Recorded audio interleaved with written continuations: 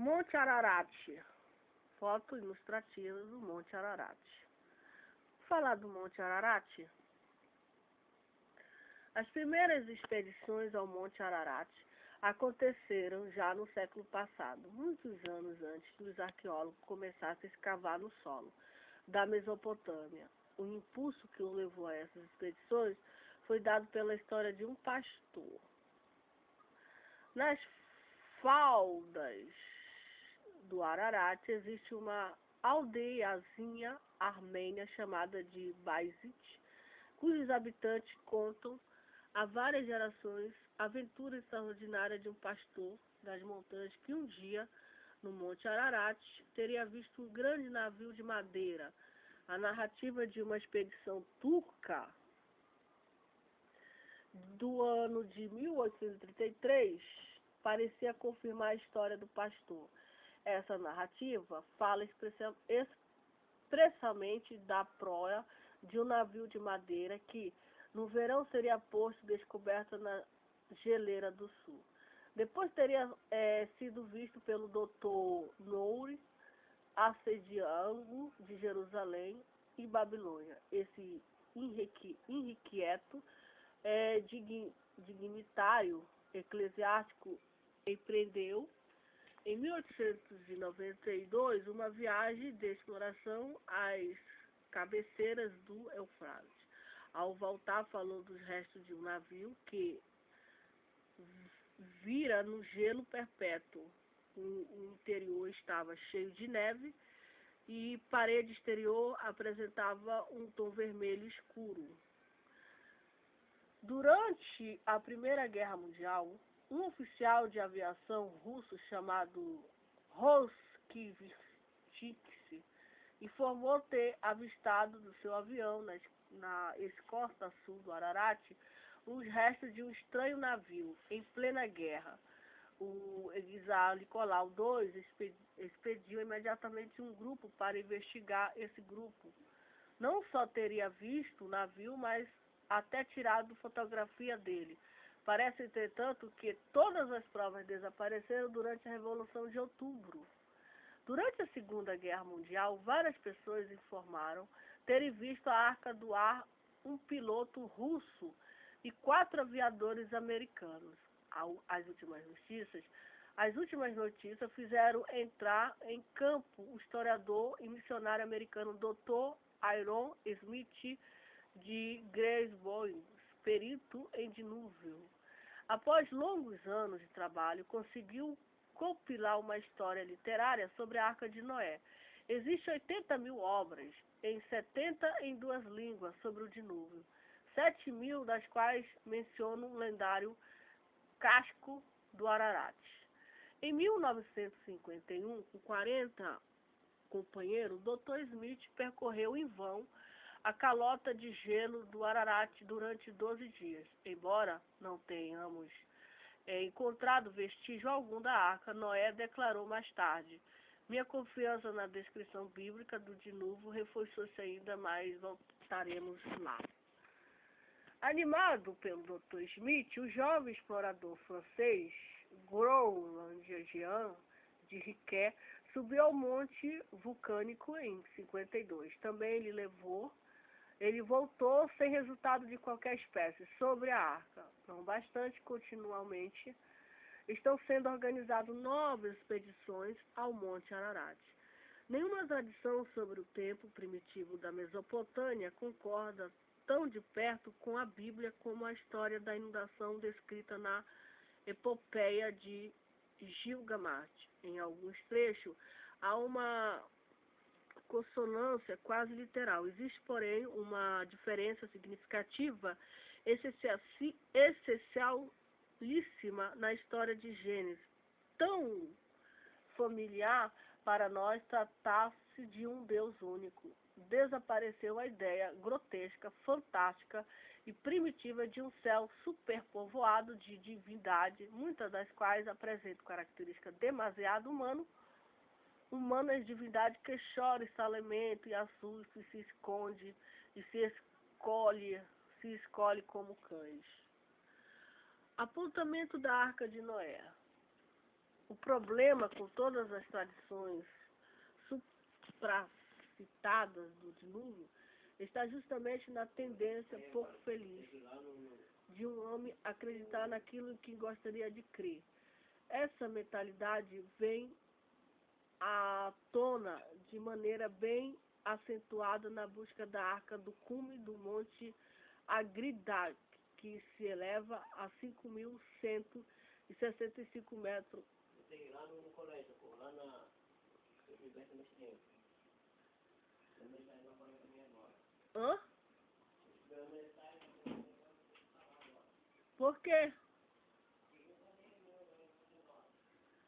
165 metros acima do nível do mar, situado na fronteira entre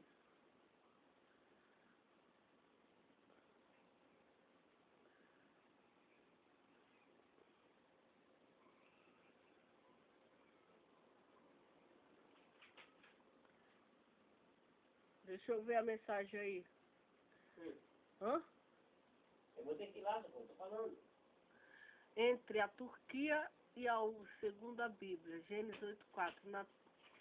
Lá teria aportado a Arca de Noé. Ao rigor, a indicação não é tão inequívoca como parece ser, pois a Bíblia fala somente no monte de Ararat. Quando Ararat é apenas designação do antigo país de Urartu, que grosso modo corresponde à Armênia moderna. Foto ilustrativa. Mapa do Monte Ararat.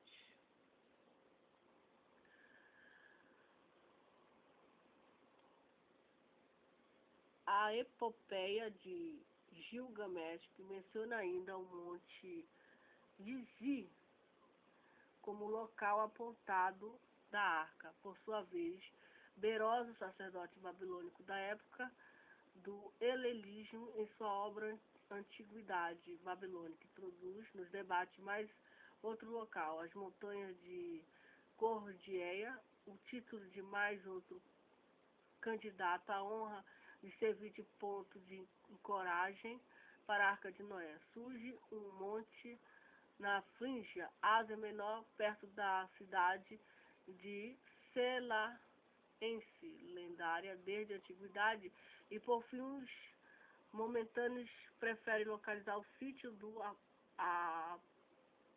aportamento da arca mais ao sul de Agri. Dage no momento justo, cujo cume tem ampla vista panorâmica da planície da terra entre os rios. Em todos os casos estão sobrando alguns montes de apontamento da Arca de Noé.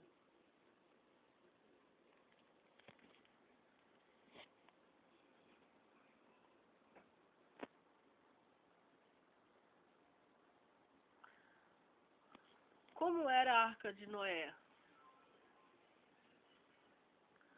Da mesma forma, tampouco foram convenientemente documentos eventos ligados ao Agri, Dage, o monte do apartamento da Arca, mencionada tradição cristã, para André Parrot, o mutismo, e a única atitude a ser adotada pela literatura especializada diante das tentativas periódicas que a imprensa costuma divulgar sempre com a grande alarde de visualizar restos da arca bíblica naquela atitude sobre o gelo e neve.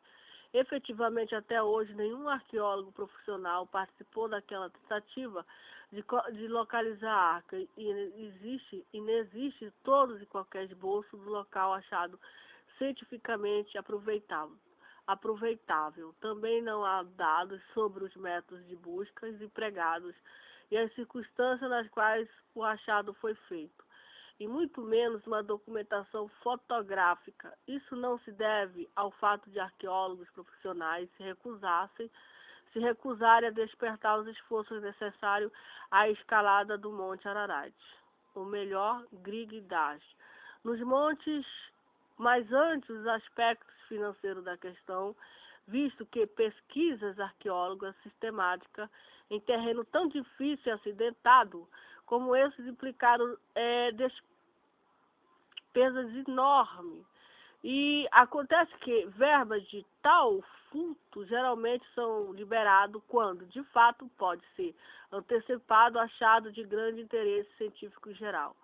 Com Ararat, tais achados são poucos prováveis, e assim, por enquanto, devemos dizer, desde que existe um monte de 5.165 metros de altitude, desde que o homem povoou a Terra, nenhuma inundação do mundo cientificamente explorada subiu bastante para levar àquelas alturas um objeto precioso, parecido com a arca bíblica. Por outro lado, no decorrer desse tempo, não houve na região do Ararat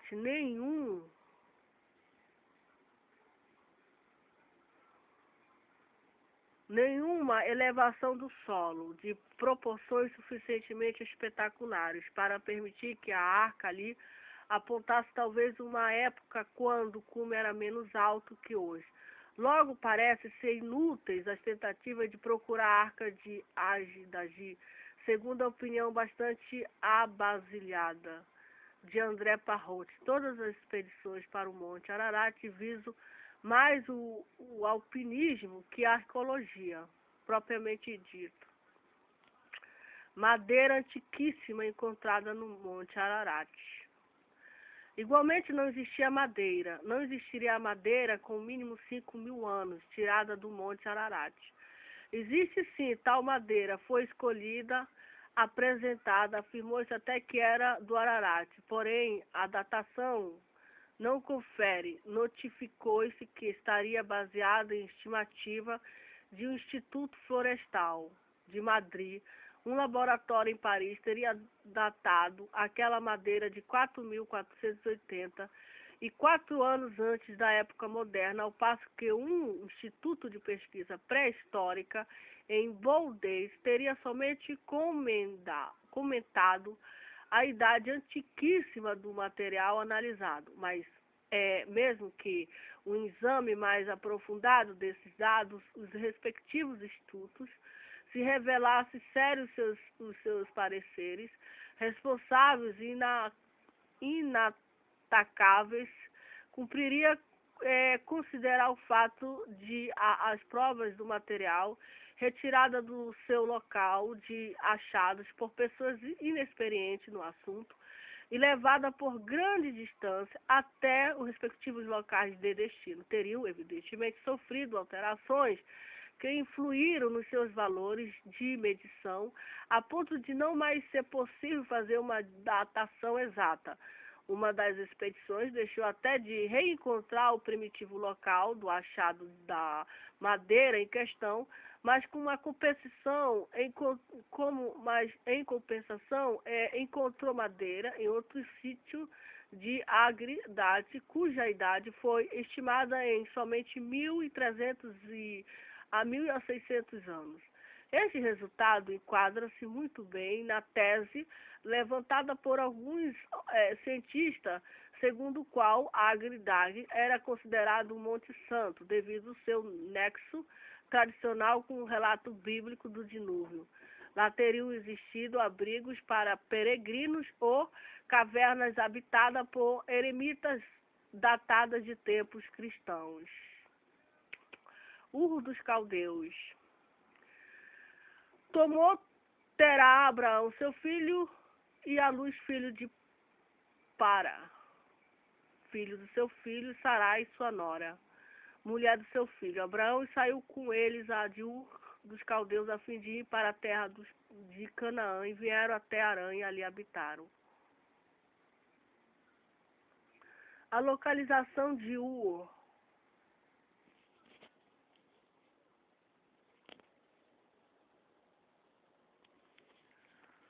Atualmente, Ur é uma estação de estrada de ferro. 70 e 80 quilômetros ao norte de Bassorá, perto do Golfo Pérsico. Uma das muitas estações da célebre estrada de ferro de Bagdá, capital do Iraque. O trem regular faz uma breve parada nessa estação ao romper da aurora, Quando se extingue os ruídos das rodas do trem que continua em seu trajeto para o norte, o viajante que ali desembarca é envolvido pelo silêncio do deserto. Seu olhar desliza pela monotonia pardo-amarelada da interminável planície de areia. É como se encontrasse no meio de um prato raso, riscado apenas pelos trilhos da via férrea. Um único ponto altera a vastidão ondulante, desolada, iluminado pelo sol nascente à volta, no meio do deserto, o imenso toco vermelho fosco, qual apresenta profunda moça, como se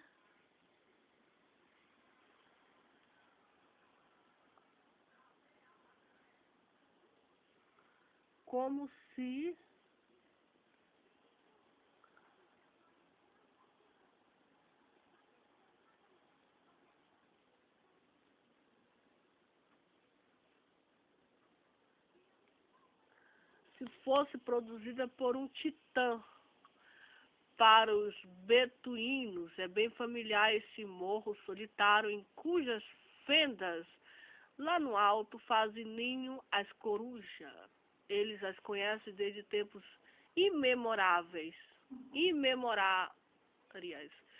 chamou de Tel Armur, cair monte de degraus.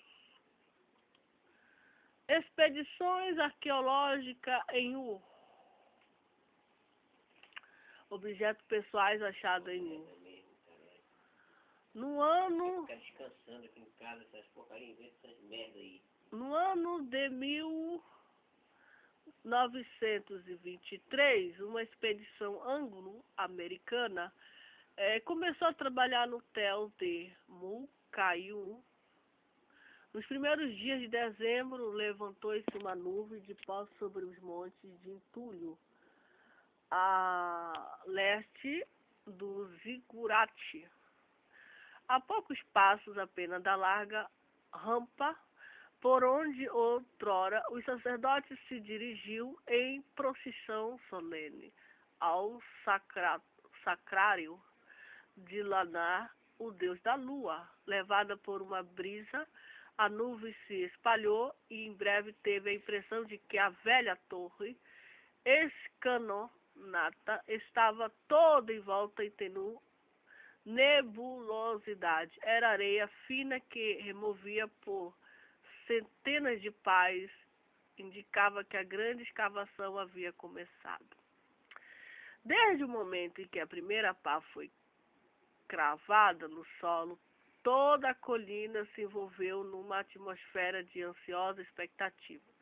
Cada escavação parecia uma viagem a um reino desconhecido que ninguém sabe que surpresa reserva ao explorador. O próprio Rony, esse Rony deixa, e os seus colaboradores não podiam dominar a impaciência, o suor, as energias empregados nesse trabalho seriam compensados por importante descoberta. O líder desvendaria os seus mistérios. Nenhum deles podia imaginar que isso lhe tomaria 6 longos invernos de árduo trabalho, até a primeira de 29. Essa escavação em grande escala ao sul da Mesopotâmia viria a desvendar capítulos por capítulos os tempos distantes em que se formou nova terra no delta dos 2 grandes rios, onde se estabeleceram os primeiros povoados humanos, ao longo do penoso caminho de pesquisa que retrocedeu no tempo até 7.000 anos atrás, tomariam forma por mais de uma vez acontecimentos em nome de que nos fala a Bíblia. Começaram as descobertas. Começam as grandes descobertas. A primeira delas foi constituída num recinto sagrado com os restos de 5 templos que outrora envolviam num semicírculo o zigurate construído pelo rei Ur-Narrum. Os exploradores passaram a tratar-se de fortaleza tão poderosos eram os seus muros. O maior ocupando uma superfície de 100 a 60 metros, era consagrado pelo deus da lua, outro templo ao culto do Nilgal, deus da lua, a esposa de Nanã. Cada templo tinha um pátio interior, circundado por uma série de compartimentos. Neles se encontravam ainda as antigas fontes, com longas pias calafetadas a betume e profundos talhos de faca nas grandes mesas de tijolo que permitiam ver aonde os animais destinados ao sacrifício eram mortos. Em lareiras situadas nas cozinhas dos templos eram preparados para o repasto sacrificial comum. Havia até fornos para cozer pão. Depois de 38 séculos, observou Ronin no seu relatório da expedição, podia-se acender novamente o fogo ali e as mais antigas cozinhas do mundo podiam ser utilizadas novamente.